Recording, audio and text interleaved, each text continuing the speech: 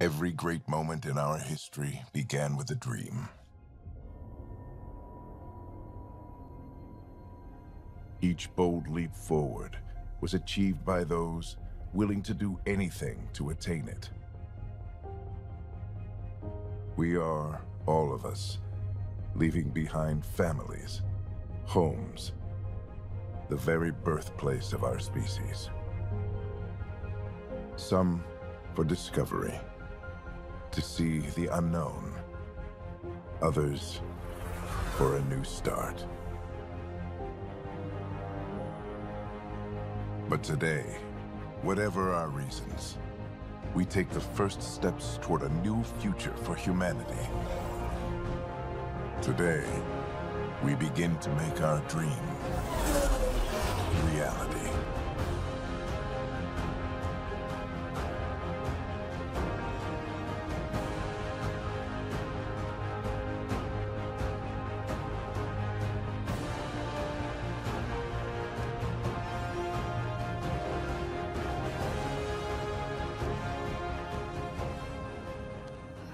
What happened?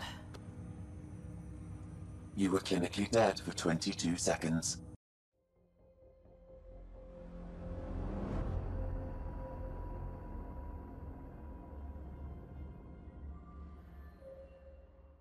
Welcome back, folks. It's been a while since my last video, I know, but real world stuff got in the way. This latest video is one I've been meaning to make for a long time. As if it isn't painfully obvious by now, the original Mass Effect trilogy is one of my favorite gaming series of all time. Thus it will hardly come as a surprise when I tell you that I, like many others, was severely disappointed with the release of Mass Effect Andromeda developed by BioWare Montreal. Indeed, I made a video some months ago, soon after its release, which purely showed the qualitative differences between the two series, that being the original series developed by BioWare Edmonton and Mass Effect Andromeda developed by BioWare Montreal. But now with the recent announcement that BioWare Montreal will be closing down and its staff merged with EA Motive, I felt now was a perfect time to make this video, a sort of autopsy, if you will, on the studio and the game. We know it's dead, but it's important to understand how and why it passed. Now, I had initially planned for this all to be one long video, but the more I started to write about the game and its development studio, the more I realized there was to say. As a result, I've decided to break this video into a series of parts. For now, I'm shooting for a maximum of 3, but it could be ending up as maybe 4 parts in total. In this first part, I'm going to provide an in-depth early look at the studio which developed Mass Effect Andromeda, BioWare Montreal, including its key individuals and early projects. Later we'll dive deeper into the development hell that was Andromeda, and then hopefully capping off with a thorough analysis of the shortcomings of Andromeda as we compare it to previous entries in the series, Dragon Age Inquisition, and the Mass Effect 3 Omega DLC. But while there have been many small game articles about Andromeda's development, none were as in-depth as I would have liked, nor started their examination with the studio's inception. So together we're going to explore the studio's creation, their early projects, quick growth, and eventual development of Mass Effect Andromeda from start to finish, including the many staff changes and turmoil in between. For this, I'm going to rely on a lot of public interviews given by the staff, Twitter posts by former developers, and articles written by journalists, all of which I'll source in the video description. That said, an exploration of the internal development within the studio will inevitably have to result on plenty of speculation on my part, given how little information one can find on the subject. While small snippets and interviews can be found, there has been no full story on the internal life and death of BioWare Montreal, and since I wasn't there, I can only speculate as to some of the decisions and changes that occurred during the studio's lifetime. But I'll try to keep my speculation grounded and supported by as much facts as I can. So statements like, Mass Effect was ruined by SJWs, is something I plan to avoid. Are we starting off so closely examining the early days of the now defunct studio? Well, Andromeda's quality and development issues, in my opinion, can be tied directly to Montreal's early work, and in analyzing Andromeda as it compares not only to past titles in the series but also Montreal's earlier work, we can get a much clearer and bigger picture of why we ended up with the product we eventually received. So with that, let's get started, shall we?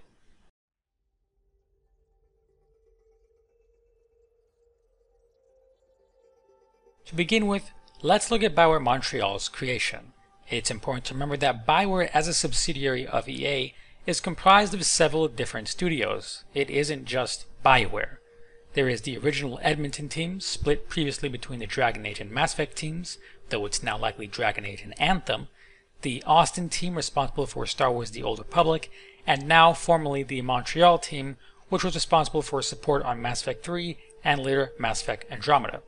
The key distinction when it comes to Montreal is that it was a completely new studio, one not exactly pushed, at least in my research, to be set up by the former founders of BioWare, Greg Zuschek and Ray Mazuka. Rather, it was a studio created purely by EA's desire to grow the BioWare brand. We saw EA's desire to use the brand this way early on after purchasing BioWare, when they decided to rename Victory Games BioWare Victory, and tasked them with developing a new Command & Conquer game. The studio, like Montreal, didn't last very long. Many at the time rightfully scratched their heads at this rebranding, considering that Victory Games had little to do with BioWare, and the Command & Conquer series even less so, having virtually nothing in common with RPGs or the stories BioWare attempts to tell. This of course proved to be a troubling example of things to come, though at least Montreal was able to ship their game, unlike BioWare Victory, which had their Command & Conquer game eventually cancelled and the studio let go. The free-to-play version of Command & Conquer has been cancelled, and its developer, Victory Studios, has been closed. A letter on Command & Conquer's website, which details the reason for the cancellation, was allegedly not okayed by the team. The letter reads, "Your feedback from the alpha trial is clear. We are not making the game you want to play. That is why, after much difficult deliberation, we have decided to cease production of this version of the game. Publisher EA will be refunding players who spent money during the duration of CNC's closed alpha." IGN found Command & Conquer underwhelming earlier this year. Victory Studios' last words on the site state, "We believe that Command & Conquer is a powerful franchise with huge potential and a great history, and we are determined to get the best game made as soon as possible. To that end, we have already begun looking at a number of alternatives to get the game back on track. We look forward to sharing more news about the franchise as it develops. Thank you again for your participation and support." At the start, BioWare Montreal was staffed primarily with new talent, new in the context at least to BioWare. While many leads were industry veterans, most had never worked for BioWare before or even worked on an RPG before. On the other hand, both the Edmonton teams and the Austin team were staffed and headed by seasoned BioWare veterans who understood the company's core values and its important reliance on storytelling. Names like James Olsen, Drew Karpyshyn, Casey Hudson, Mike Laidlaw, Mark Dara, and the late Corey Gaspar should sound familiar to those that have followed BioWare for years, producing the classics we have all come to love, from KOTOR to Jade Empire to Mass Effect and Dragon Age. BioWare Austin is a good example to compare with Montreal.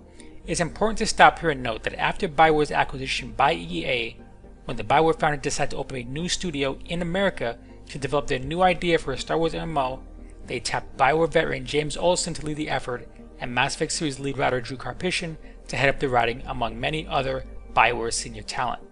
In comparison, Montreal's senior leads were comprised of complete outsiders to the company, individuals such as producer Fabrice Condimanes, original lead designer Eric Chartrand, lead designer Ian Fraser, lead programmer Julian Adriano, technical director Harold Chaput, original senior development director Chris Wynn and his replacement Mikhail Rudberg, and you get the point.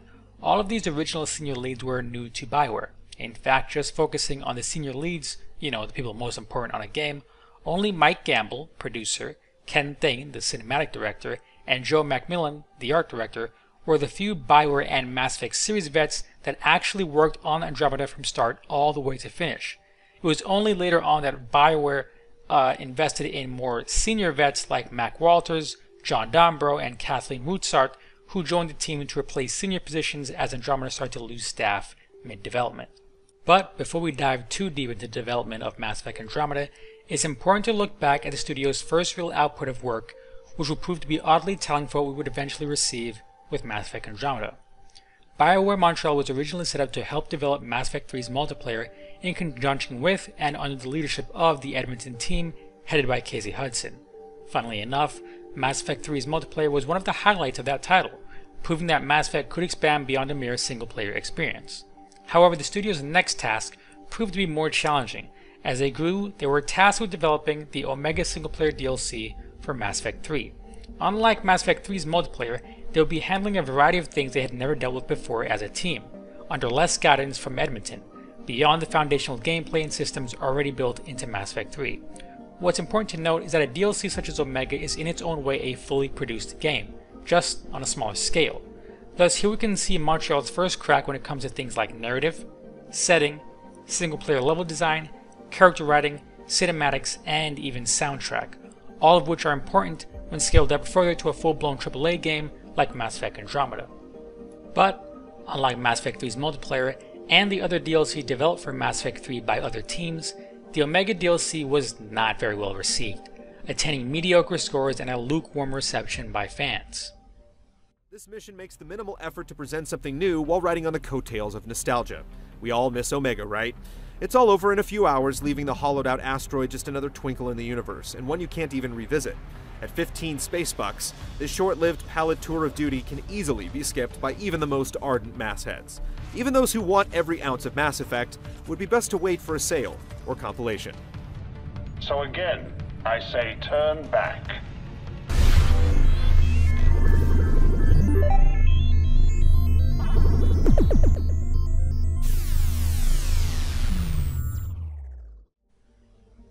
Looking back, many of the problems seen in Andromeda can be traced back to the Omega DLC. For starters, there's a heavy reliance on combat, but incredibly weak characters and narrative. It's also marred by numerous technical glitches, especially in the cinematic department, that takes a player out of what are supposed to be important story moments. Of course, it's these same criticisms and problems that would be echoed and amplified once Andromeda was released to the world. Which again, is important why we must take a closer look at the Omega DLC to understand the core weaknesses and strengths when it comes to the Montreal team. Because when we break Omega DLC down into its component parts, we can understand why the DLC was so poorly received and where the beginnings of Montreal's problems surfaced.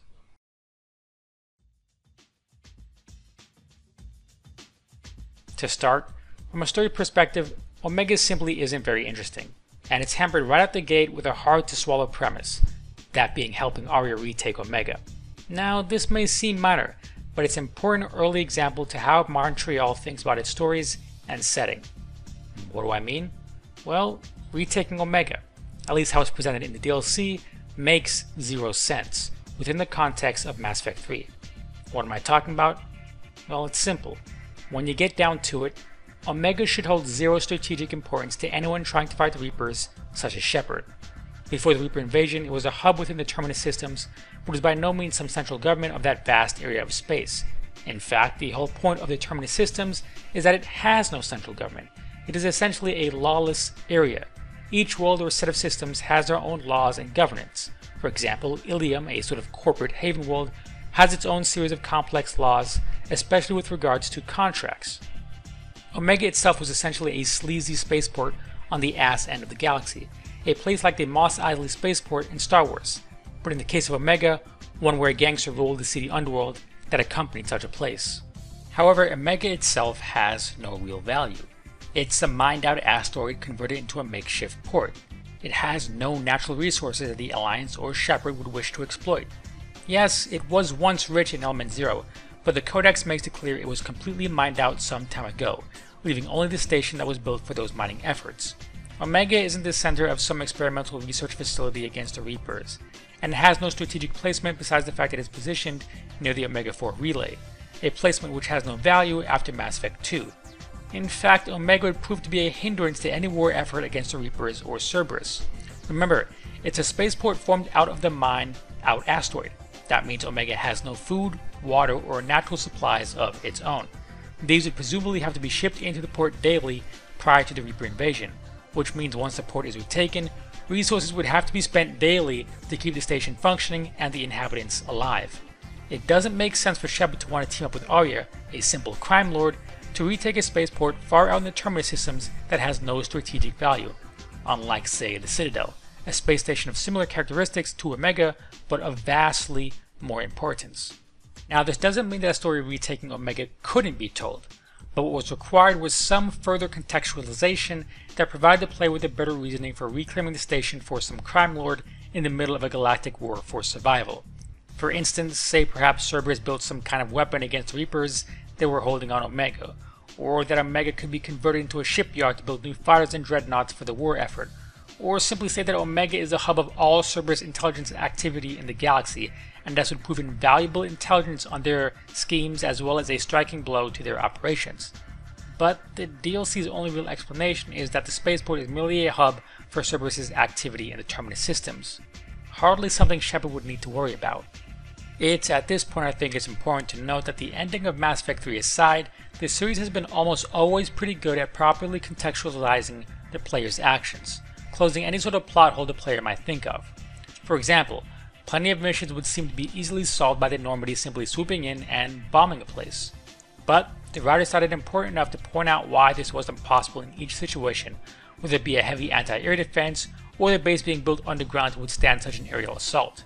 In fact, the only DLC besides Omega that plays real fast and loose with the context is Citadel DLC, a DLC which starts with Admiral Anderson taking time off from defending Earth and humanity from extinction, where he's constantly moving from location to location with spotty lines of communication to personally inform Shepard that he should take over his apartment on the Citadel since, he's not using it. After all, why let that high rent go to waste? But the Citadel DLC is intentionally very lighthearted and tongue-in-cheek.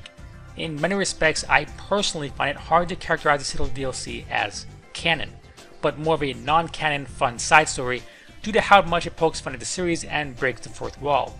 Omega, on the other hand, is meant to be taken seriously, and drops the ball right off the bat when it comes to things like context and setting. Once a player actually gets started on the DLC, however, it quickly becomes a straightforward affair, with very little surprises, mystery, or compelling characters, be they friends or villains. Shepard's goal is to retake Omega, which he does in a very straightforward manner, clearing out waves and waves of Cerberus troopers throughout the alleyways and streets of Omega. The main antagonist, General Oleg, is a completely uncompelling and walking cartoon character stereotype. He mainly serves to antagonize the player over the speakers whilst attempting to display to the player how much smarter he is because he plays chess. Now, I don't have to be the one to tell you that using chess as a metaphor for intelligence and strategic thought in a character is as old and cliche as stories go. However, most good stories manage to subvert this trope, using it to reveal something interesting about the character or offer some new perspective. Take The Witcher 3 for example. The first time we are introduced to King Radovid, the ruler of Redania, in the game is in a small little inn where he sits contemplating over a game of chess. He then asks the player's thoughts on the game.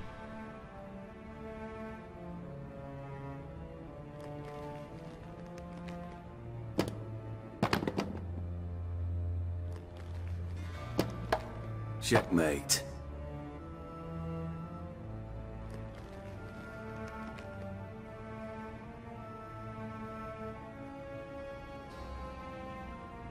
They say it's the game of kings. That chess teaches one to think strategically. What a load of rubbish.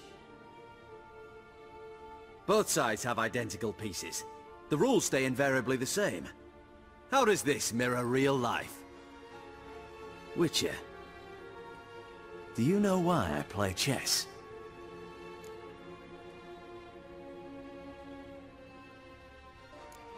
To spend time in good company? A king cherishes no one's company.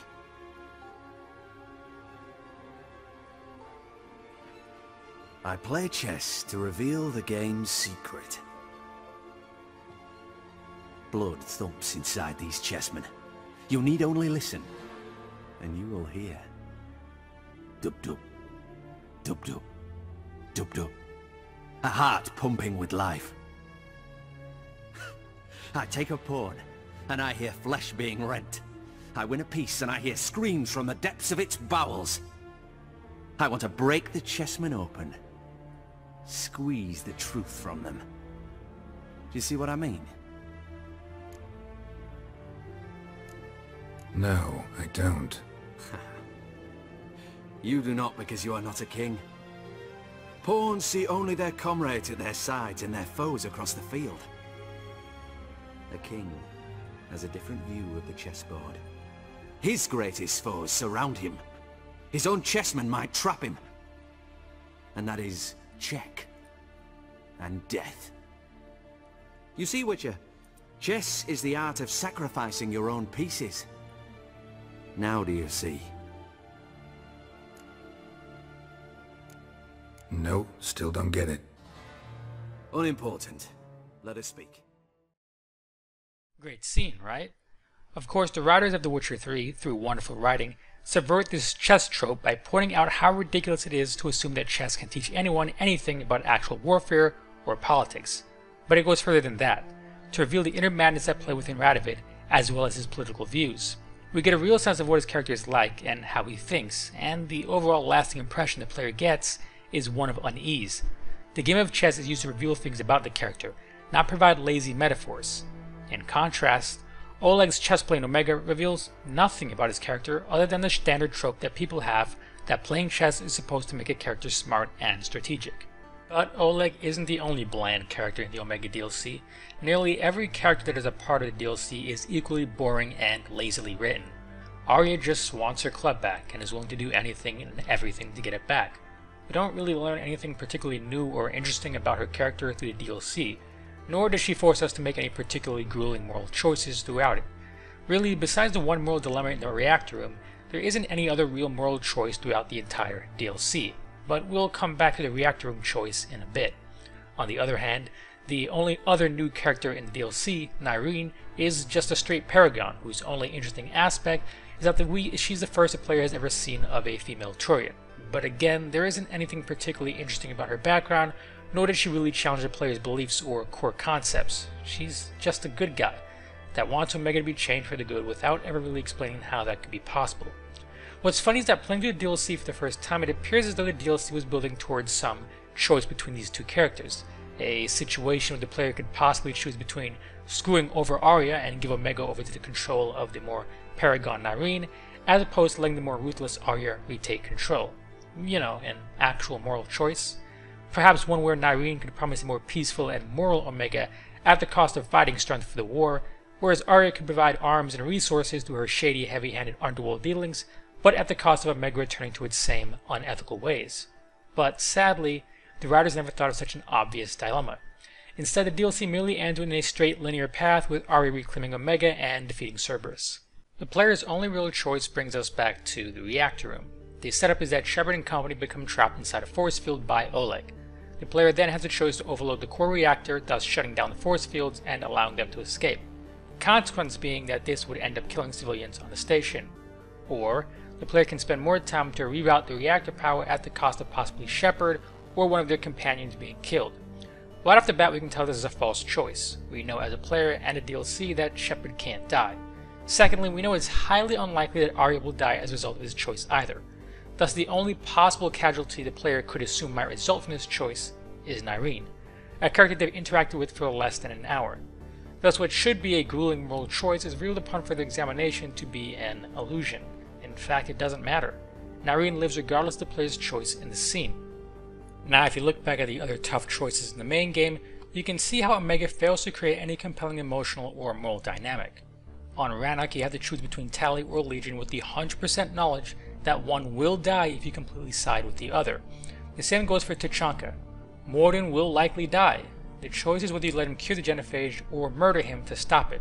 This lack of compelling choice can't simply be blamed on Omega being a DLC, as the earlier Leviathan DLC, developed internally at Edmonton, is infinitely more engaging and provides plenty of moral choice.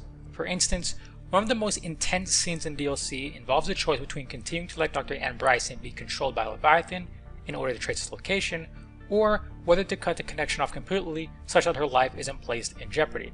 This choice doesn't simply come out of the blue. Leviathan controlling organics through its artifacts is something we witnessed several times in the DLC. Indeed, it's how the DLC opens.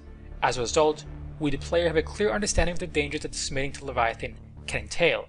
We know that even a brief amount of control can result in an individual becoming a brain-dead vegetable. What's more, this choice has a real effect, allowing the player to easily locate Leviathan at the cost of Dr. Bryson becoming basically brain-dead, or cutting the connection and having to spend more time searching for Leviathan, but getting the benefit of recruiting the good doctor as a worse asset near the end of the DLC. When you compare this situation with the choice in Omega, it's easy to see where Omega falls short. The choices are simply too abstract and appear to have no direct impact on the characters.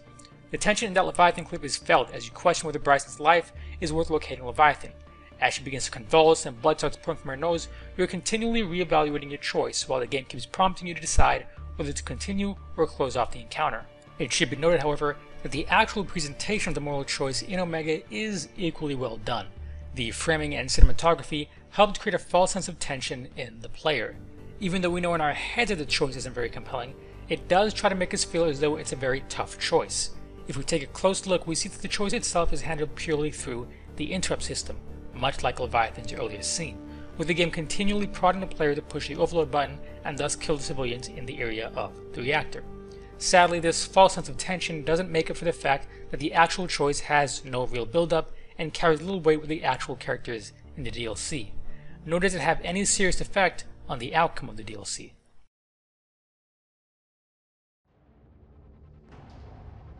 Moving on, the actual gameplay of Omega is quite fascinating in how it manages to somehow be both boring and engaging at the same time. A similar complaint I have with Andromeda. Omega is heavily reliant on combat. The DLC literally starts with you shooting waves of enemies in a tough shooting gallery type fight and doesn't let up for the rest of the DLC. There's very little role-playing, puzzle solving, exploration, or discovery during your time on Omega. Rather, it is a very by-the-books type of third-person cover shooter, in which the player navigates down similar-looking hallways and rooms, clearing every enemy in sight. This is the boring aspect of Omega's gameplay. The engaging aspect is just how challenging these shooting galleries can often be. I'm a seasoned shooter and Mass Effect player, and this DLC routinely gives me a run for my money, even on the normal difficulty setting whenever I play it. Enemies are plenty and aggressive, and the inclusion of 2 new enemy types forces the player to adapt their tactics. The entire DLC feels like the intense shooting moments near the end of the main game, except done throughout an entire DLC. Of course, the problem is how repetitive and boring these shooting arenas quickly become. Again, with no real story to engage or allow the player to roleplay, we are essentially stuck playing a typical third-person shooter, essentially Gears of War, except with less tighter controls and level design. Oh, and let's not forget to mention the sheer number of elevators and loading doorways found in Omega that seriously break up and fragment the station. But I'm sure that was just a limitation of last gen, right? Surely Andromeda wouldn't have those same problems, right?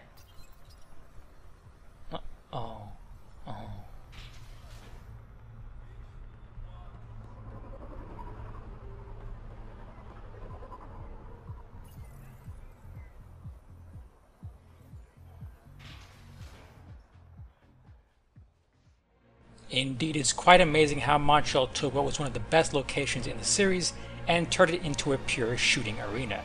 Gone are the quirky characters we met up first with on Omega. Gone is the intense nightlife scene, the clubs, the bars, the music, and of course, the dancing. Hey. Hey! Wanna dance? Watch this!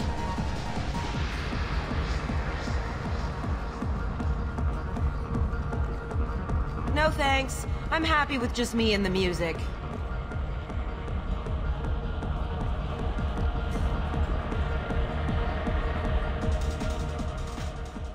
Omega was a seedy and dirty future LA found in Ridley Scott's Blade Runner, and carried with it the entire mood that encompassed that location. Montreal's Omega is purely a space in which you fight mindless Cerberus troopers and robots until you reach the end.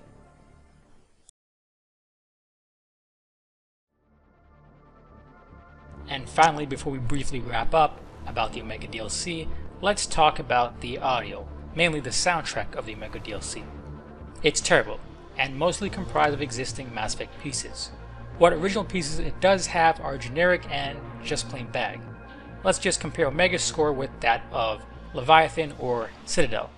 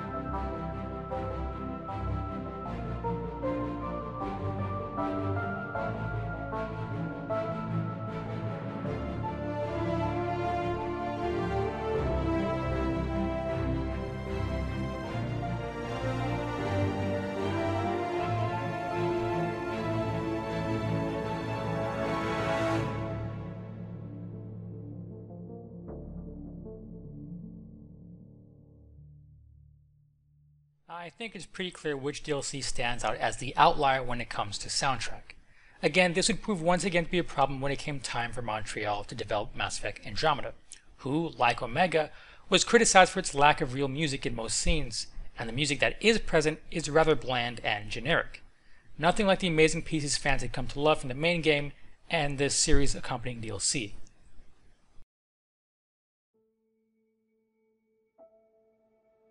To sum it all up, Omega DLC should have been the warning signs of the things to come from BioWare Montreal. A combat-heavy, repetitive third-person shooter with a linear, poorly written narrative and thin, uninteresting characters. This is why I thought it important to begin our discussion of Montreal and Andromeda with the Omega DLC. Nearly every complaint found in Mass Effect Andromeda can be seen and traced back to the Omega DLC. It was this same core creative team responsible for such a mediocre DLC that would then be tasked with handling the next man on entry in the Mass Effect series and essentially restarting the franchise. The turmoil, shakeups, and development hell that was Andromeda will be covered in my next video. So stay tuned. I hope you enjoyed this little introductory video into our larger discussion of Mass Effect Andromeda as a whole. Let me know what you thought about this little retrospective in the comments and any other thoughts you might have had while watching the video. As for the timeline on the next video, I hope to have it up in just a couple days, but we'll see. And of course, if you like my videos, maybe like or subscribe or whatever it is you do with, YouTube videos. Anyway, see ya.